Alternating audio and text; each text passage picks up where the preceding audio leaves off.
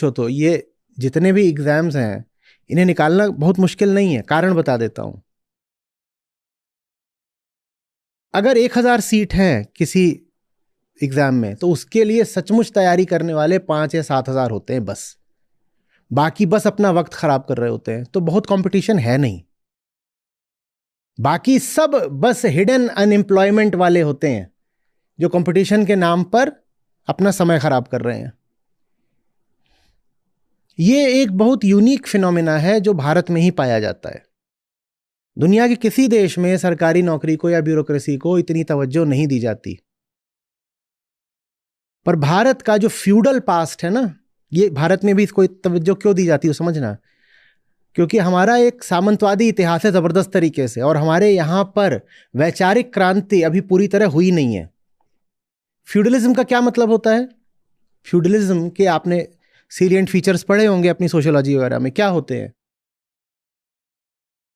ये होता है कि जो फ्यूडल लॉर्ड है वो करता कुछ नहीं है, दूसरे काम करते हैं। जो फ्यूडल लॉर्ड है वो बैठ के सबको वही बनना है। और वो बनने के लिए अगर 10 साल खराब करने पड़े तो क्या हो गया? ये बात हमारी मूल्य व्यवस्था में आ गई है कि सर्वोच्च आदमी वो है जो मेहनत नहीं करता, बैठ के खाता है। हम उससे रश्क करते हैं, हमें ईर्ष्या होती है उससे जिसको हम पाएं कि वो कुछ नहीं करता, बैठ के खा रहा है। हम ये नहीं कहते कि धिक्कार है इस आदमी पे, करता कुछ नहीं, बैठ के खा रहा है। हमें लगता है वाह यार सही मजे हैं तेरे तो। अभी भी लड़कियां होती हैं छोटी, उनमें ये वैल्यू मूल्य डालने की कोशिश की जाती है कि अच्छे से अपने आप को बना संभाल के रख, तुझे डॉक्टर इंजीनियर मिल जाएगा, तेरी जिंदगी बन जाएगी। तुम देख रहे हो उसमें क्या मूल्य डाला जा रहा है? यही बैठ के खाएगी, बैठ के खाएगी। यही बात हमारी जाति प्रथा में भी दिखाई देती है। इसलिए मैंने कहा कि this phenomena is unique to India. जाति प्रथा का भी क्या मतलब है? सबसे ऊपर पहुंच जाओ जहां करना कुछ नहीं है, बैठ के खाना है, और इज्जत भी खूब मिलेगी। तुम वो हो जाओ जिसे कुछ नहीं करना है, बस बैठ के खाना है, इज्जत भी खूब पाओगे, बस अथॉरिटी बन जाओ। पावर सारा तुम्हारे पास आ गया, अब करना थोड़ी कुछ है, बैठ के खाओ।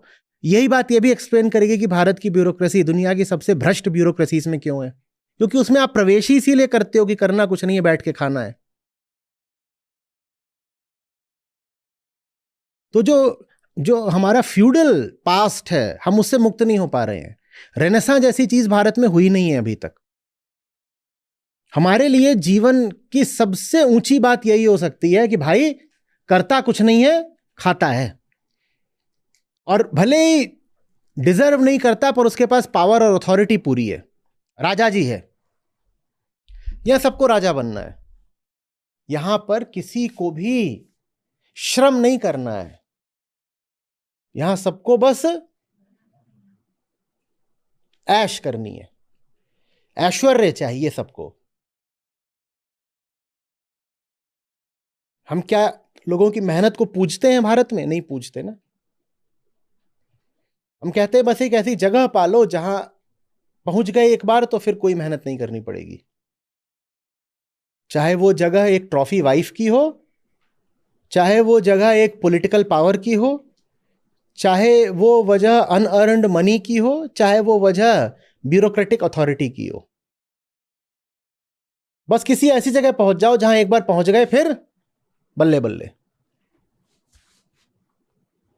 उस जगह पहुंचने के लिए अगर जवानी के 10 साल खराब करने पड़े तो कर दो। ये अनएम्प्लॉयमेंट है। सारा खेल मूल्यों का है, वैल्यू सिस्टम का है। किसी भी समाज में कुछ भी हो रहा हो तो बस ये देख लेना कि उस समाज में वैल्यू सिस्टम क्या है। भारत के जो लोक मूल्य हैं, जो हमारी कॉमन प्रेवलेंट वैल्यूज हैं, उनमें बहुत कुछ सड़ा हुआ है और हम उसको हटाने को तैयार नहीं है। हम जिनको अपना आदर्श माने, हम जिनको अपने गॉड्स माने, वो श्रमशील क्यों नहीं है बताओ ना। मेरा महापुरुष, मेरा अवतार, मेरा देवता तो वो होगा जो मेहनत कर रहा है, संघर्ष और श्रम कर रहा है। लेकिन हमारे जो प्रचलित सब आदर्श हैं, चाहे वो सामाजिक हो या धार्मिक, उनमें श्रम कहाँ दिखाई देता है?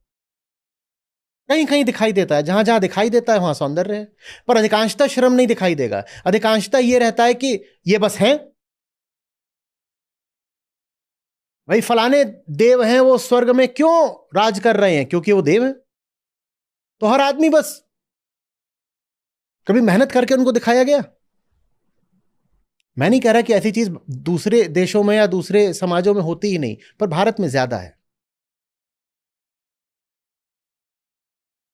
मुझे क्या बन जाना है? The feudal Lord. तो हमने अपने सब आदर्श भी उसी तरीके से बना दिए हैं, द फ्यूडल लॉर्ड्स। और इसीलिए हीरो वर्शिप का भी हमारे यहां बहुत चलन है। कोई एक है जो वहां पहुंच गया और अब वो वहां से सारा पावर कमांड कर रहा है, कोई एक है। जो डिग्निटी है स्ट्रगल में, स्ट्राइफ में, एफर्ट में, लेबर में, अटेम्प्ट में, हमें उसकी इज्जत करना सिखाया नहीं जाता। हमसे यह नहीं कहा जाता कि जो हाथ चला रहा है सबसे ज्यादा इज्जत का वो अधिकारी है। आप अगर वर्ण व्यवस्था में देखोगे तो जो हाथ चलाता है, मेहनत करता है, उसको हमने सबसे नीचे रख दिया है। तो कोई क्यों हाथ चलाना चाहेगा?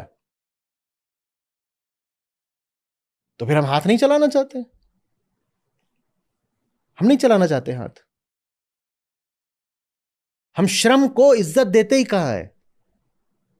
एक आदमी बहुत मेहनत करके कमाता है, ईमानदारी से बताइएगा, एक आदमी है बहुत मेहनत करके कमाता है और एक आदमी है जो बैठ के मुफ्त की रिश्वत की खाता है। ये समाज इज्जत ज्यादा किसको देता है? वो रिश्वतखोर को ही ज्यादा इज्जत मिलती है।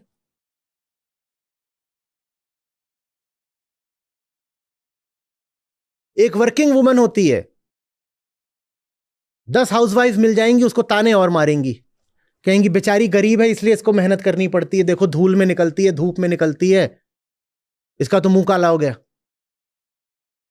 हमें देखो, हम खरगोश सी मुलायम खाल लेके हम घर में रहते हैं, ऐश करते हैं। हमारा पति कोई भिखारी है क्या कि हमें काम करना पड़े? डिग्निटी ऑफ लेबर नहीं है, बल्कि जो लेबर कर रहा है उसको नीचा और दिखाओ।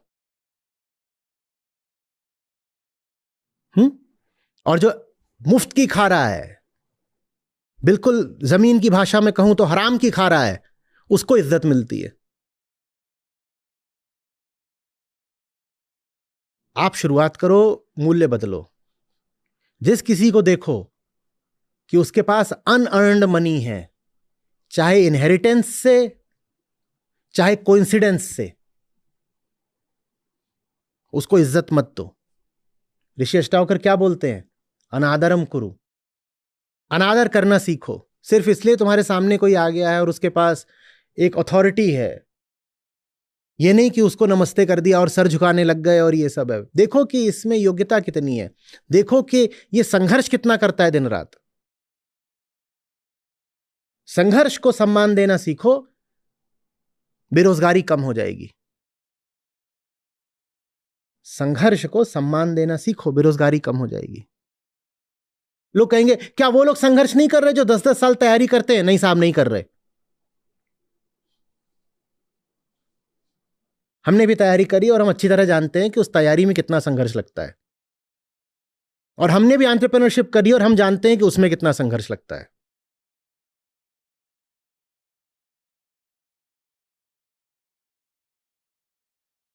जब भारत संघर्ष को सम्मान देने लगेगा, आप पाओगे बेरोजगारी वगैरह गायब हो गई है। कोई बेरोजगार हो कैसे सकता है? क्या करने को कुछ नहीं है? बिल्कुल है, पर हम उसे छोटा काम बोल के करते नहीं है। और छोटा काम किस अर्थ में है? कि इसमें पैसा नहीं है। हमारे पास काम को बड़ा या छोटा कहने का और तो कोई पैमाना होता भी नहीं ना। जिस काम में पैसा ना बह रहा हो, हमारी दृष्टि में वो छोटा हो जाता है। और कोई भी अच्छा काम आपको पैसा देने ही लग जाएगा, वो भी तुरंत, इसकी कोई गारंटी तो होती नहीं। तो हम फिर अच्छा काम करते भी नहीं।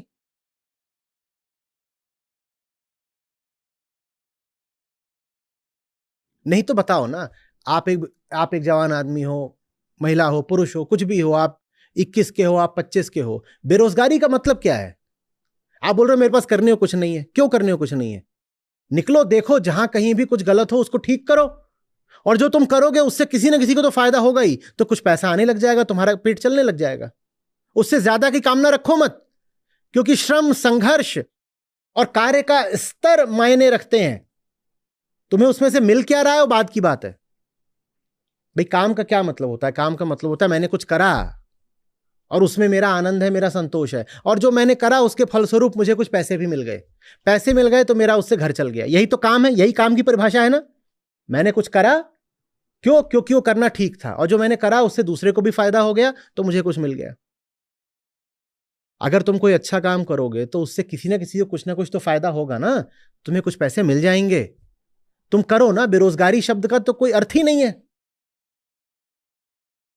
घर में पड़े हुए और कह रहे हो मुझे कोई जॉब देने वाला नहीं इसलिए घर में पड़ा हूं। जॉब देने वाला का क्या मतलब है?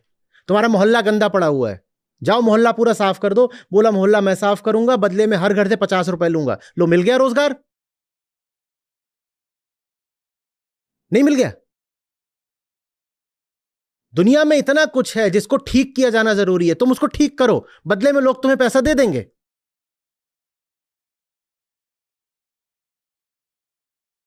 काम भी अच्छा करोगे और तुम्हारा खर्चा भी चलेगा। अजी साहब, इतना आसान नहीं होता है।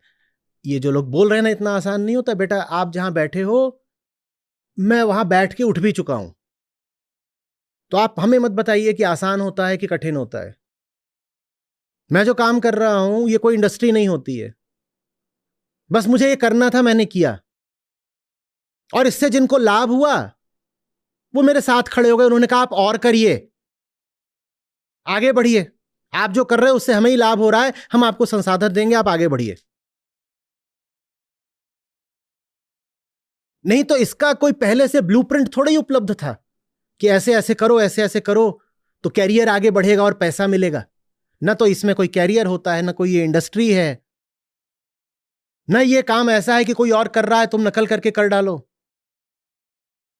जो मुझे ठीक लगता गया मैं करता गया, और चूंकि जो मैं कर रहा था वो औरों के भी काम आ रहा था, तो उनसे मुझे फिर समर्थन मिलता गया। आप भी देखिए ना कि क्या ठीक है जमाने में करने के लिए, और उसको करिए, और ये भरोसा रखिए कि भूखे नहीं मरेंगे। हां, अय्याशी की चाह हो, बैठे बैठे खाना हो, तो फिर कोई उपाय नहीं है। सही संघर्ष करने निकलो, कोई बेरोजगारी नहीं रहेगी।